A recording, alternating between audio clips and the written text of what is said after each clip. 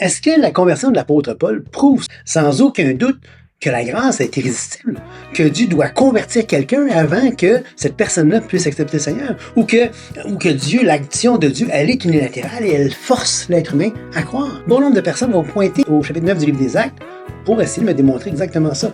Et on va regarder ce passage-là ensemble et on va voir que, est-ce que ça fait du sens ou non?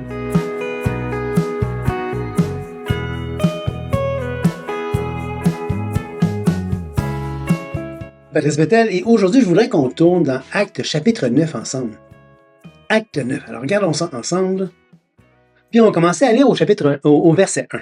Alors, cependant, Saul, respirant encore la menace et le meurtre contre le disciple du Seigneur, se rendit chez le souverain sacrificateur. Alors, on va me dire ici, et d'ailleurs, j'avais un auditeur qui a fait ce commentaire-là sur un des épisodes que j'ai fait sur le calvinisme, qui dit, tu vois, il respire encore la menace, il respire encore le meurtre. Donc, c'était unilatéral, il n'y avait pas aucune raison de changer. Ça s'est fait de même. Attends. Est-ce que c'est ce que le texte dit?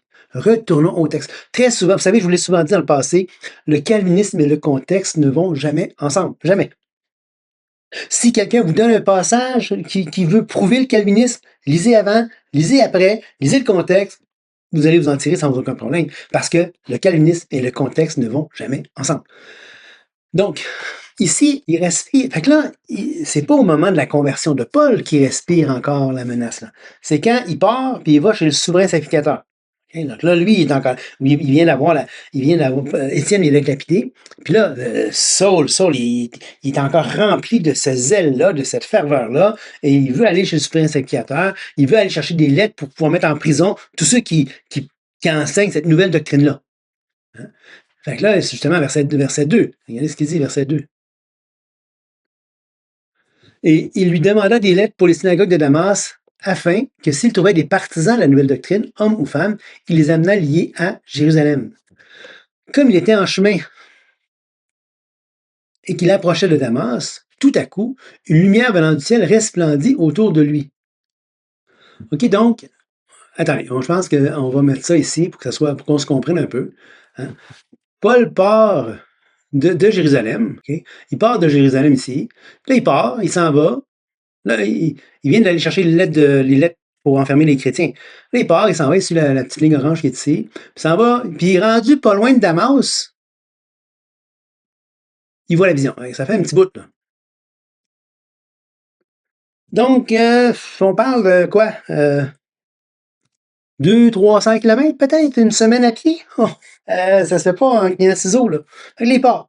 Il s'en va. Fait que, est-ce qu'il respire encore le meurtre puis on le sait pas. Il respirait le meurtre puis la violence en allant chercher les lettres. On ne sait pas si c'est encore le cas rendu là, mais toujours est-il que, OK, une fois en chemin, il s'approchait de Damas. Fait qu'il est pas loin, là. Il vient de passer un bon bout de temps, là, à voyager vers Damas. Il est là. Tout d'un coup, une lumière venant du ciel resplendit autour de lui. Il tombe par terre et il entendit une voix qui disait, OK, puis en passant, on voit souvent Paul sur son cheval, sur sa monture quand il y a la vision, mais il n'y a rien dans le texte qui dit qu'il était à cheval. Tout ce qu'on sait, c'est qu'il était en chemin pour Damas, puis pas longtemps avant. Il se fait fou, il voit cette vision-là, puis il en est tellement ébloui qu'il va tomber par terre. Et là, il va entendre une voix qui va dire, Saul, Saul, pourquoi me persécutes-tu? Il répondit, qui es-tu, Seigneur? Et le Seigneur dit, je suis Jésus que tu persécutes. Il te serait dur de régimber contre les aiguillons. Tremblant et saisi d'effroi, elle dit, Seigneur, que veux-tu que je fasse? Et le Seigneur lui dit, lève-toi, entre dans la ville et on te dira ce que tu dois faire. Alors, ça, c'est important ici, parce que on voit qu'il y a un processus qui est là. Ça se fait pas, il n'y a rien qui est écrit comme quoi que ça s'est fait d'une manière surnaturelle, à part évidemment la voix du ciel puis le Seigneur Jésus qui apparaît là. C'est clair que ça, c'est fantastique, hein, de voir cette vision-là, cette vision céleste-là. Mais il n'y a rien dans le texte qui dit qu'il a été surnaturellement zappé pour que tout d'un coup, il commence à croire. Non. Ce qu'on voit, c'est une expérience très forte qui a essentiellement effrayé au plus haut point l'apôtre Paul. Hein, quand il dit « tremblant et saisi d'effroi », il avait peur, le monsieur, là. C'était pas comme, il était pas relax, il était pas zen, là, le monsieur, là. Il était effrayé, il y avait de l'effroi. Hein? Hein, on s'entend-tu que l'effroi, c'est sérieux, là? Si je regarde le dictionnaire, qu'est-ce que ça veut dire, effroi? Ben, frayeur, épouvante, grande peur saisissante, mêlée d'horreur. On s'entend-tu que le monsieur, il était pas ben tranquille, là. C'est un événement, pour ainsi dire, traumatisant qu'il a vécu, là. On s'entend-tu que quand tu es saisi à ce point par quelque chose, un phénomène extraordinaire, aussi percutant que c'est sûr que ça va changer quelque chose dans ton entendement, là. On s'entend-tu que c'est frappant, cette histoire-là, puis plus d'une manière. En plus, Dieu lui a dit, il va être dur, pas impossible, il va être dur de régimber contre les aiguillons. Ça va être difficile pour lui d'en faire à sa tête. Et avec une telle expérience, je comprends. D'autant que c'est clair que Paul, c'est un gars qui connaissait l'Ancien Testament de par sa formation. Il connaît l'Ancien Testament par cœur et il réalise toutes les fois, là, tout ce qu'on voit dans l'Écriture, ce qu'il appelait le bacol, la voix céleste, la voix qui parle d'en haut. Ça, c'était quelque chose de très important dans les Écritures. C'est pas le monsieur là, il est pas zen. Ça s'est pas fait à son insu cette histoire-là. Alors là, Paul, au verset 8, Paul se releva de terre et quoique ses yeux fussent ouverts, ne voyait rien. On comprend-tu que le monsieur là, il a toute qu'une situation qui est très très ébranlante. C'est pas n'importe quoi qu'il vit là. Tu sais, c'est pour ça que souvent nos amis calvinistes, puis on peut faire ça aussi si on n'est pas à l'abri, ni personne n'est à l'abri de ça. Ils lisent la parole comme si c'était complètement désincarné, comme si ces messieurs-là, il n'y avait pas une vraie vie, des vraies émotions, des vraies réflexions, des vraies pensées, comme si c'était absolument des robots sans aucune émotion, qui étaient simplement le jeu de la providence divine. Non, c'est pas ça qui se passe, c'est pas ça qu'on lit là, dans le texte. Et là, c'est pas tout, là. Il va se rendre à Damas. OK? On va le conduire à Damas parce qu'il ne voit plus rien. Et là, il va rester 3 jours sans boire, sans voir. Il ne mangea ni ne but. Fait que le gars, non seulement il y a eu cet événement traumatisant-là qui s'est produit dans sa vie, mais le gars va carrément faire un jeûne sec. Ça, un jeûne sec, là, c'est quelque chose. Ça donne de la clarté là, à la pensée. Si vous avez déjà fait un jeûne à l'eau de 3 jours et plus, c'est déjà quelque chose. Un jeûne sec sans s'hydrater, dans un contexte comme une ville pas loin de Damas, parce que c'est sûr qu'il fait chaud, le monsieur, là, il est en recherche spirituelle à ce moment-là. C'est pas il respire plus la menace, puis le meurtre, là, comme qu'il a fait quand il était auprès des soins secrétaires. Là, toute sa vision, tout son monde a chaviré à ce moment-là. Là. On se comprend?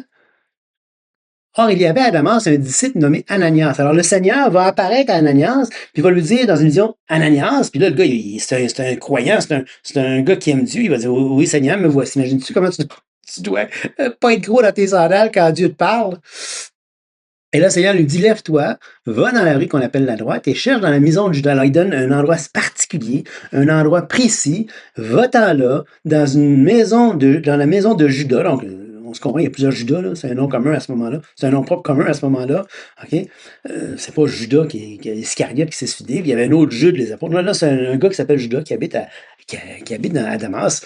Puis donc, Ananias dit, va le voir. Puis il va y avoir un gars là qui s'appelle Saul de Tarse. Là, déjà, Saul de Tarse, c'est connu. Là. Il sait c'est qui. D'ailleurs, Ananias va dire, attends un instant, Seigneur, Julien en appelle. Hein? Fait que là, il dit, car il prie et il lut en vision un homme Saul de Tarse. Car il prie et il a vu en vision un homme. Alors, Saul, on sait qu'il n'est pas juste en train de faire un jeûne sec de 3 jours. Il est en recherche de Dieu puisqu'il est en train de prier le Seigneur. Donc, c'est jeûne et prière qu'il fait là. Il est en train de chercher activement le Seigneur en raison ou à cause de l'expérience qu'il a vécue. C'est pas juste une conversion de grâce irrésistible à la calviniste où est-ce qu'il n'y a rien qui se passe. Non, là, Dieu l'a convaincu par des moyens très, très extraordinaires de dire, et il aurait pu refuser, puis on va le voir tantôt. Et là, car il prie, il a vu en vision un homme du nom d'Ananias qui entrait et qui lui imposait les mains afin qu'il recouvrait la vue. Ananias répondit. Puis là, c'est Ananias, je peux-tu venir à l'appel, Seigneur? Il dit, Seigneur, verset 13, j'ai appris de plusieurs personnes tous les mots que cet homme a fait à tes saints dans Jérusalem. Attends, t'es sûr que je vais aller le voir, ce gars-là? Il a fait plein de troubles, il respire la violence et le meurtre. En tout cas, c'est ça qu'il pense. Encore, tu comprends? Puis à l'entendre, certains calvinistes, là, on jurait qu'il est encore le même, l'apôtre Paul, à ce moment-là. Après tout l'événement traumatisant, après les 3 jours de jeûne sec et de prière, non. Non, non. Il y a eu une recherche personnelle de Dieu. Il a cherché le Seigneur, puis Dieu il a révélé des affaires en vision. Donc, non seulement il y a eu la bâcle, l'événement traumatisant, mais en plus, pour être bien sûr, alors que le gars est en jeûne sec pendant 3 jours, jeûne et prière, Dieu lui donne une vision en plus de ça. Tu veux-tu le convaincre d'une manière ou d'une autre? On comprend-tu? Et Paul, c'est pas un n'importe qui. Saul, c'est pas un n'importe qui à ce moment-là. C'est quelqu'un qui est zélé pour Dieu. OK? Moi, quand j'entends les calvinistes me citer ce passage-là pour me dire, ben voyons, Patrice, grâce irrésistible. Oh, oh, oh. T'as-tu lu le texte, là? Non, mais dis-moi que t'as pas lu la Bible sans me dire que t'as pas lu la Bible, là. Ah, lis le texte. Non. Et là, verset 14, il a ici les pouvoirs de la part des principaux sacrificateurs pour lier tous ceux qui invoquent ton nom. Alors, Ananias est au courant de tout ça. Puis là, le Seigneur va lui dire, attends. Non, le Seigneur lui dit, va, car cet homme est un instrument que j'ai choisi pour porter mon nom devant les nations, devant les rois et devant les fils d'Israël. Je lui montrerai tout ce qu'il doit souffrir. Ah, attendez, vous ne le voyez pas, vous, là. Attends, on va rendre ça ici. Bon. Mais là, le Seigneur lui dit, va, car cet homme est un instrument que j'ai choisi pour porter mon nom devant les nations, devant les rois et devant les fils d'Israël. Et je lui montrerai tout ce qu'il doit souffrir en mon nom. Alors, il a fait souffrir les croyants, c'est vrai, mais il va aussi souffrir pour mon nom, lui tout. Il n'est pas à l'abri de ça. Alors, Ananias va obéir, il va partir, il va sortir de la maison, il va aller chez la maison de Judas, il va trouver Saul, il va prier pour lui imposer les mains. Puis là, Saul, mon frère, le Seigneur Jésus qui t'est apparu sur le chemin par lequel tu venais m'a envoyé pour que tu recouvres la vue et que tu sois rempli de l'Esprit. Et au même instant, il tomba de ses yeux comme des éclairs, il recouvra la vue et il se leva et fut baptisé.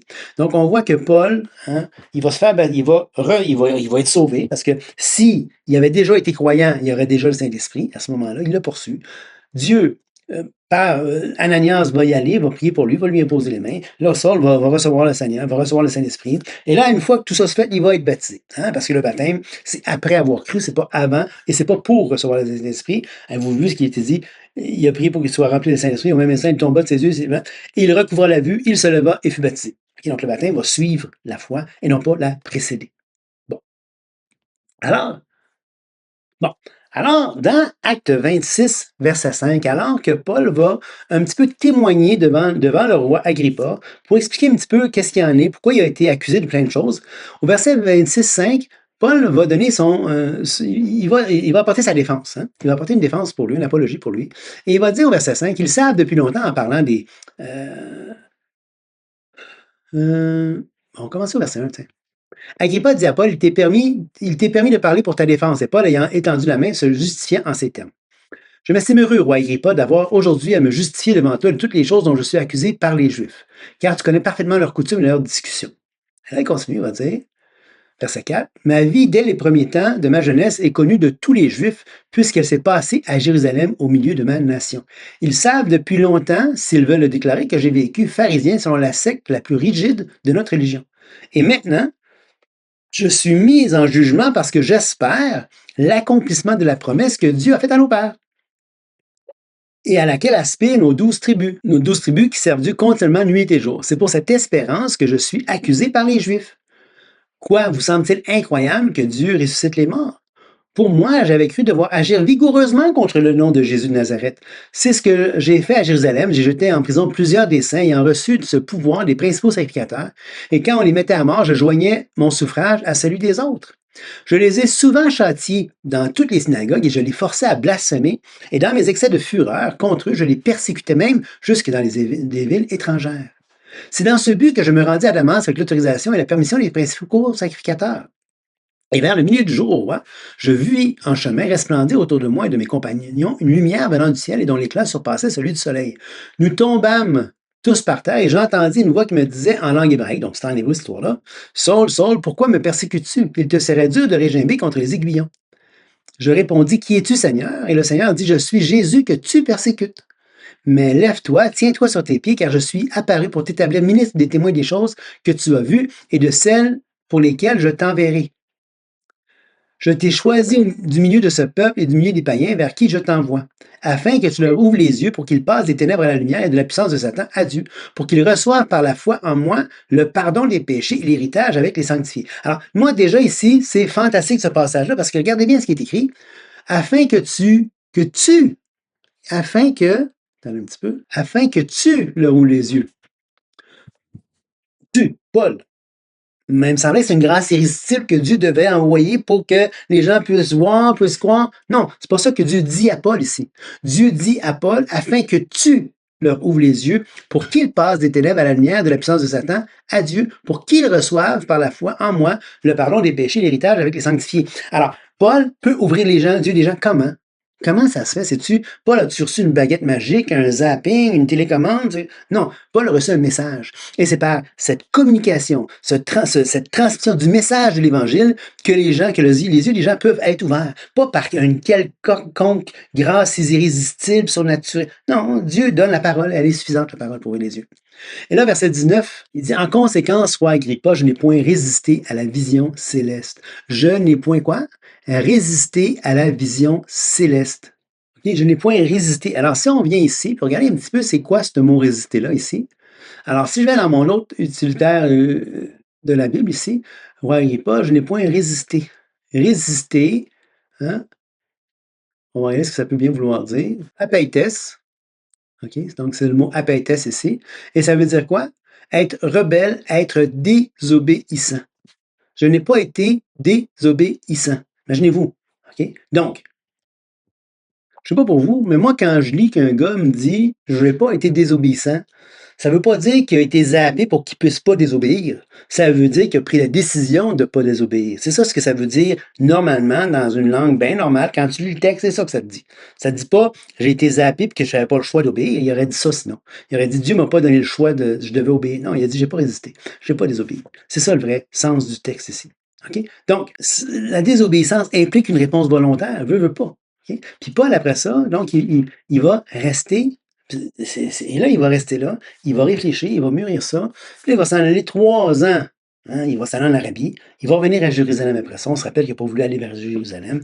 Il réfléchit tout ça. Il y a eu cette rencontre avec le Seigneur qui est tout à fait puissante, puis de penser que ça prend absolument une action unilatérale de Dieu pour changer quelqu'un quand cette personne a vécu un tel traumatisme et un tel rempli de vision et de recherche de l'éternel, je pense que c'est un petit peu tiré par les cheveux de penser que ce gars-là, il a besoin de ça pour se repentir et se convertir. D'autant que faut pas oublier une chose d'importante dans la vie de Paul. Là. Hein? Paul, là, si je vais dans... Donc, l'apôtre Paul, dans Philippiens, chapitre 3, verset 6, va dire... parce qu'on va regarder un petit peu le verset, on va remonter... verset 4, tiens. Il va dire, « Moi aussi, cependant, j'aurais sujet de mettre ma confiance en la chair. Si quelqu'un d'autre croit pouvoir se confier en la chair, je le puis bien davantage. Moi, circoncis du 8e jour, de la race d'Israël, de la tribu de Benjamin, hébreu né d'hébreu, quant à la loi pharisien, on se rappelle qu'il a dit que c'était la secte la plus stricte de la religion du judaïsme. Quant aux ailes persécuteurs de l'Église, et là, regardez ce qui est écrit, prenez le temps de lire ce qui est écrit, irréprochable à l'égard de la justice de la loi. Irréprochable. Pas un petit peu reprochable, là. Irréprochable. OK? Donc, et ça veut dire quoi, irréprochable ici? On va aller voir c'est quoi le mot dans le grec. Le mot dans le grec, c'est amemtos, qui veut dire irréprochable, sans défaut, ne méritant pas de censure, libre de faute, à l'abri du blâme, qui n'est rien reproché, irréprochable, sans défaut. Hey, c'est pas des farces, ça, là. On comprend-tu que Paul, et pas pour n'importe quoi, s'est dit qu'il était irréprochable, pas de la loi. C'est pas ça qui est écrit. Quand à l'égard de la justice de la loi, c'est beaucoup plus fort, beaucoup plus impressionnant. Mais là, vous allez me dire, Patrice, il était sauvé par les autres? Non. On peut jamais être sauvé par les autres. Ça se fait pas. C'est impossible. Le salut n'est pas à vendre. Le salut, ça s'achète pas. Le salut, c'est par la foi. Ça a toujours été par la foi. Ça a toujours juste été par la foi. Mais la manière d'être juste, c'est quoi? C'est toujours par la foi. Alors, être juste, être irréprochable de la justice de la foi, c'est parce que le gars, il croyait aussi. Il était pas juste, il était zélé pour Dieu. Il était rempli de ce zèle-là et il croyait, il avait placé sa foi en Dieu. Et là, il avait décidé de s'opposer à Jésus-Christ. Et là, Dieu intervient et agit comme on l'a vu agir dans Acte 9, dans Acte 26. C'est quand il raconte tout ça. OK? Donc, il faut comprendre que Paul, c'est pas n'importe qui là, à ce niveau-là. Parce qu'il va dire dans Acte 24, regardez bien ça, Paul va déclarer dans Acte 24, 14, « Je t'avoue, bien que je sers le Dieu de mes pères, selon la voie qu'ils appellent une secte, croyant tout ce qui est écrit dans la loi et les prophètes, ayant en Dieu cette espérance, comme ils l'ont eux-mêmes, qu'il y aura une résurrection des justes et des injustes. C'est pourquoi je m'efforce à avoir constamment une conscience sans reproche devant Dieu et devant les hommes. Alors, cette foi-là, là, il n'a pas commencé à l'avoir à ce moment-là, là, ou au moment de sa conversion. Il était rempli de ce zèle-là. Il croyait tout ça, là, lui. Là. Hein, il était pharisien. C'est pas pour ça qu'il n'était pas sauvé à cause de ses œuvres, il était sauvé à cause de la foi. Il n'était pas sauvé. Il était justifié par la foi, à cause de cette foi qu'il avait en Dieu. Le Dieu d'Isaac, le Dieu d'Abraham, d'Isaac et de Jacob. Ça ne faisait pas de lui quelqu'un de sauvé, dans le sens du Nouveau Testament. Par contre, quand il a placé sa confiance en Jésus-Christ seul pour la vie éternelle, là, il a été sauvé dans le sens du Nouveau Testament. Il a été placé dans l'Église, et ainsi de suite. OK? Donc, comme on peut voir clairement dans le texte, quand on prend le temps de lire le texte, il faut arrêter de penser que la Bible, c'est un livre désincarné. C'est pas un livre de théologie, la Bible. C'est pas un livre sec, mort, vide. C'est pas un livre qui raconte des histoires de personnes qui n'ont jamais existé. C'est un livre qui raconte la vie des hommes et des femmes qui ont marché, qui ont vécu, qui ont été dans le monde réel, qui ont vraiment agi, respiré, vécu des émotions, éprouvé des sentiments, des émotions, qui ont marché, qui ont eu des rencontres réelles avec Dieu. Pardon. Donc, on comprend-tu que quand tu vois ce qui s'est passé dans le texte des Écritures, tu peux pas arriver à la conclusion, soudainement, que Dieu l'a zappé unilatéralement pour l'amener à être sauvé instantanément.